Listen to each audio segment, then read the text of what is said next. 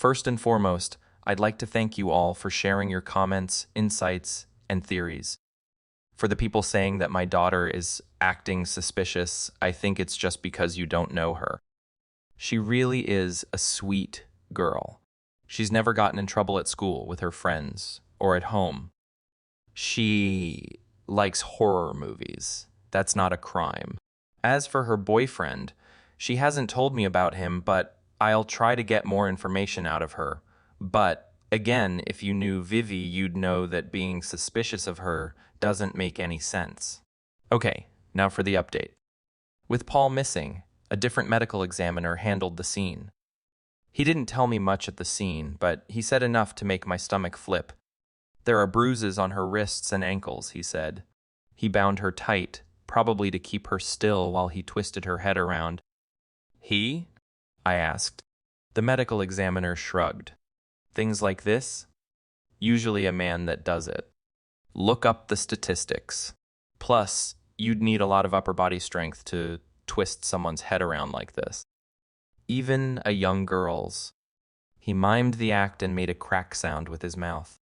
That's a dead kid right there, I said. You make a sound like that again, I'll crack your fucking jaw. He held up his hands in a sorry kind of way. Asshole. I questioned the parents as best I could. They'd gone out for a movie, the same sci-fi one I saw with my son Chris. Their daughter didn't want to go. At 13, she was right at the age where family outings were no longer mandatory. They wanted to give her a bit of freedom. They'd never get the chance to make that mistake again. The girl always locked the door and there was a doorbell camera. Unfortunately, there were no cameras in the rear of the house, no alarms, and no locks on the girl's bedroom window on the second floor. The killer used a ladder from the tool shed in the backyard, set it against the wall, and climbed up to the girl's bedroom window. She must have been downstairs, in the kitchen. There was a broken plate on her bedroom door and some uneaten avocado toast. He ambushed her as soon as she walked into her room. The mother said the nightgown the girl was wearing wasn't hers. The killer changed her clothes so that she looked more like Reagan, the girl from the film. I looked up the movie on my phone. The victim was wearing screen-accurate clothing, just like Dylan's Letterman jacket or the white dress Samantha, the Ring victim, was wearing. Whoever the killer is, they have an obsession for accuracy. The asshole medical examiner also revealed that the exorcist victim had a nasty wound to the back of the head, probably to knock her out. I hoped that, like Dylan, the girl had passed away from it long before the killer twisted her head around. Before I left, the asshole Emmy said something that gave me goosebumps. He tried to keep her eyes and mouth open, he said. What? I asked. Super glue on her eyelids here, he said. But he didn't use enough, and it ran. It kept the eyes closed instead. Why'd he want them open, right? Weird. There's something else too. He pointed to a plastic ring on the floor. I picked it up with my pen. I didn't know what it was. My girlfriend's studying orthodontics. Orthodontology, I said. If your girlfriend's studying it, you should know how to say it right. Okay, he said. Point is, that's one of those mouth opener things, you know. The creepy ones that give a creepy mouth? Again, why? Finding out why isn't your job, I said. It's mine. But I knew why. I hadn't seen Scream or The Ring, but I had seen The Exorcist. The scene where the little girl's head turns around is burned in my memory. Her eyes were open in that scene. She was smiling too. On my way back to my car, I threw up in the bushes. That bad? Vivi asked. I told her the details on the way to the station. Now, you may have noticed that I don't talk about the deputies much.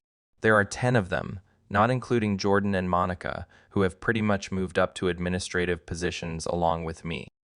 Because our town is so small, the deputies are considered officers of the court and mostly do things like see to warrants, collect payments for fines, hand out parking tickets, patrol the town, collect property taxes, and act as courthouse security.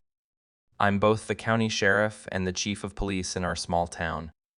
Most of the towns around ours are small and rural, so it makes sense for the chief of the biggest town to oversee the other little ones in our tiny county. We have very limited resources after all. It's just the way it's always been done. The sheriff and chief of police before me held both positions for over 50 years. I'm the first woman to occupy both roles. I think I was elected only because that man was my father. Monica and other deputies help me oversee the county as a whole, speak to local law enforcement, manage cases and permits and fines. I don't want to bore you. I don't want to give my location away either. All our deputies wanted in on the murders. They're the talk of the town after all. So I put most of them to work securing the crime scene, looking into the victims, and patrolling the area. That leaves only Monica, Jordan, and I to act as a homicide detective would. Now that Jordan's out of the picture, it leaves Monica and I. But Monica talks. More than once, I've discussed private county matters with her, financials and such, and then heard her talk about them on the phone. No, I'm keeping this one close to the chest. We can discuss everything except the horror movie references. That's how I'll crack this. If I mention it, then everyone in town will become a horror movie expert, and it'll be impossible to find someone who knew these movies well before the murders. I only know Vivi, so, for now, she's almost like an acting deputy. We sat in my office, drinking shitty coffee, eating cookies from the vending machine. Despite everything, it was nice. There has to be some kind of pattern, Vivi said. What do you mean? All the movies have to have something in common. You think there's a pattern? I asked, taking a sip of the awful coffee and cringing. We really need to invest in a good coffee machine. Something all the movies have in common? Probably. But I don't think it'll help us right now. If this was the 90s, we could check Blockbuster or the library and see who checked out these movies recently. There's no way to see who rented them online, right? Vivi shook her head. Maybe if we were the FBI or the CIA or something? Do you know anyone else who loves horror movies? I asked. Maybe a friend at school? Or someone your boyfriend knows? Vivi gave me a knowing glare. I don't, and he doesn't. She set her coffee down and looked me in the eyes. Liking horror movies isn't a crime and having a boyfriend isn't suspicious. What's your boyfriend's name? Jacob. I sighed. That's it? No last name? We were having such a good time, Vivi said. Now you're interrogating me about my boyfriend? Hell, he isn't really my boyfriend, like, officially. We just went out a few times. In his truck? Vivi looked confused. He drives a Prius. Your brother said he drove a truck. Maybe he was high, Vivi said, shrugging. Car, truck, whatever. His name's Jacob Marino, by the way. God, I said. His dad asked me to prom. How many people asked you to prom? Mike. The guy who owns the sports store. Dan Robar. Dan Robar, yeah. Now Jake's dad. I shrugged. I guess I was hot back then. I don't know. We got a good chuckle out of that. Tell Jacob I want to meet him. Fine, Vivi said. When all this is over, we'll all have coffee together, like adults. Sound good? Now let's get back to the freaking serial killer obsessed with horror movies. I think that's a little more interesting than a guy who's not even really my boyfriend. The killer took Jordan and Paul Warren, I said. Two people again, like Scream. They can't kill them both, right? 2 for Scream, 1 for The Ring, 1 for The Exorcist. There have already been 4 victims in 4 movies, if we count 7. If they kill Jordan and Paul for the next one, it'd put the count at 6, but there'd be 3 movies left. Maybe they won't kill Jordan and Dr. Warren, Vivi said. But 7 movies, 7 bodies, 7 days, I said. Yeah, but 7 bodies in total, Vivi said. They could reference a movie without killing someone, then kill 2 for the next one, or even 3. They never said 1 victim per movie.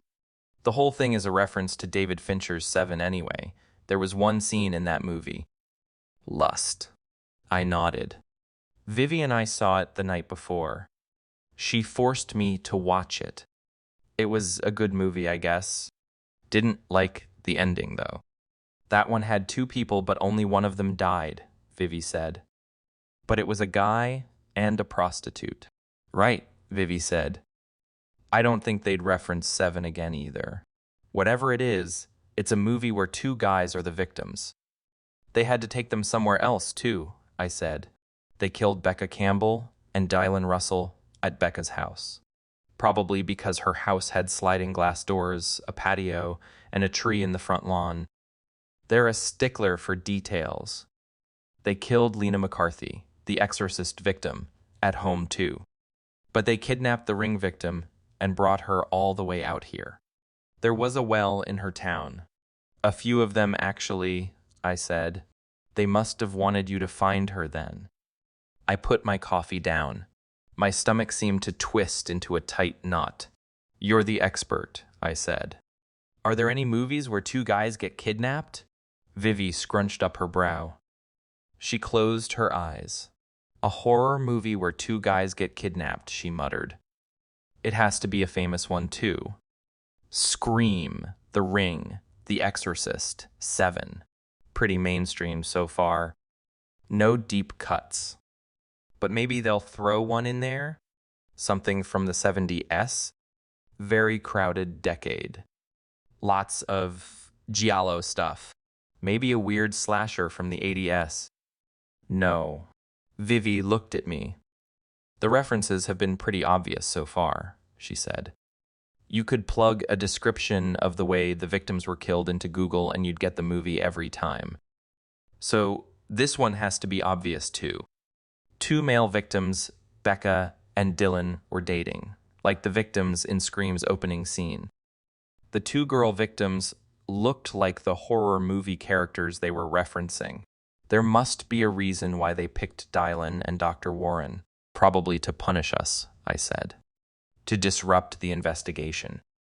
They've helped me so far. Maybe, Vivi said.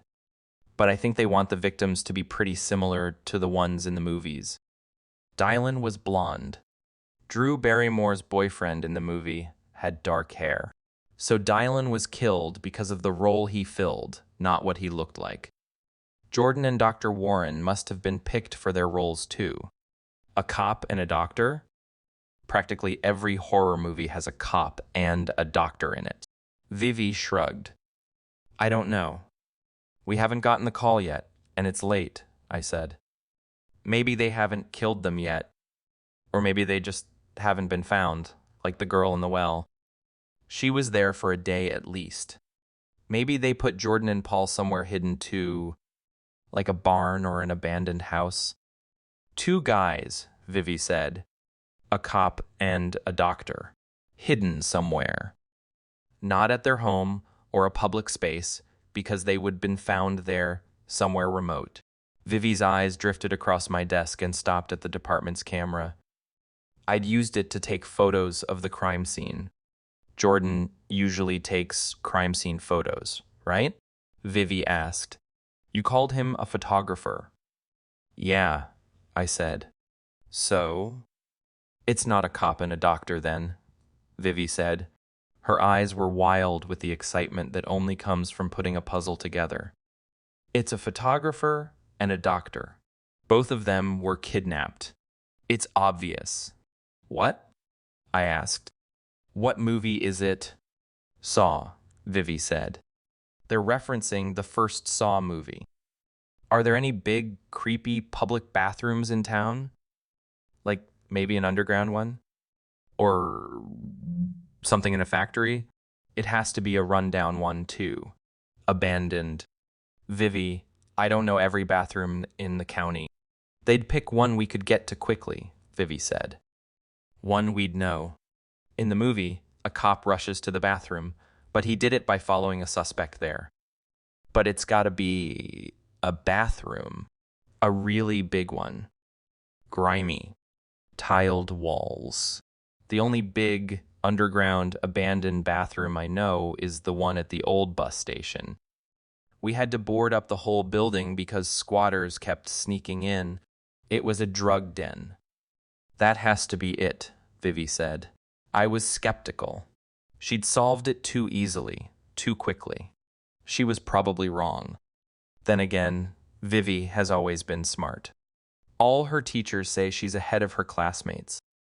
She reads at a grad school level at 17. We pulled up to the old bus station.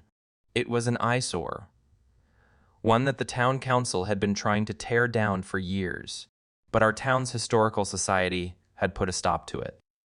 The building was nice, Art Deco, built in the 1930s, but they'd screwed up when they put in the water pipes. Most of them burst at the same time, one summer. Damn near flooded the entire building, rotted the wood floors and wood stairs and platforms. Now it was a gutted, decaying mess. You're staying in the car, I said, opening the passenger side door and then one of the rear doors too. But Vivi started. You'll be safe in the car, I said. I won't, Vivi said. In horror movies, the killer always targets the detective's family. I'm not a detective, I said. Sheriff or police chief, whatever, Vivi said. It's so obvious. You go in there by yourself. I stay in the car. The killer breaks the window and chloroforms me. You come out and find an empty car. Cliffhanger. I sighed. Fine, I said, but you stay behind me and use this. I gave her an extra flashlight. I should get a gun too, Vivi said. In case they try to get me from behind. This isn't a horror movie, Vivi, I said. It sure as hell feels like one. I handed Vivi my taser, the kind that shoots out prongs. Just don't hit me with that thing, I said. Vivi nodded, grabbing the taser and then pointing it around like a gun. It's not a toy, I said. Yeah, I know, but it's fun. Vivi and I walked up to a side door. The front doors had been boarded up and covered in chains. The windows were covered with thick sheets of wood. The town council wasn't messing around, but there had to be an easy point of entry, by law, in case the building caught fire or something. Not that this moldy, soggy wreck could catch fire. The side door was covered in locks and chains, but we had hidden the keys under one of the Art Deco statues near the entrance. We wouldn't be needing the keys, The side door was wide open. Shit, I said. Language, Vivi whispered. She was pale, scared. Stay behind me, I said. As soon as we walked into the building, I was hit by the stench of decades of mold and rotten wood.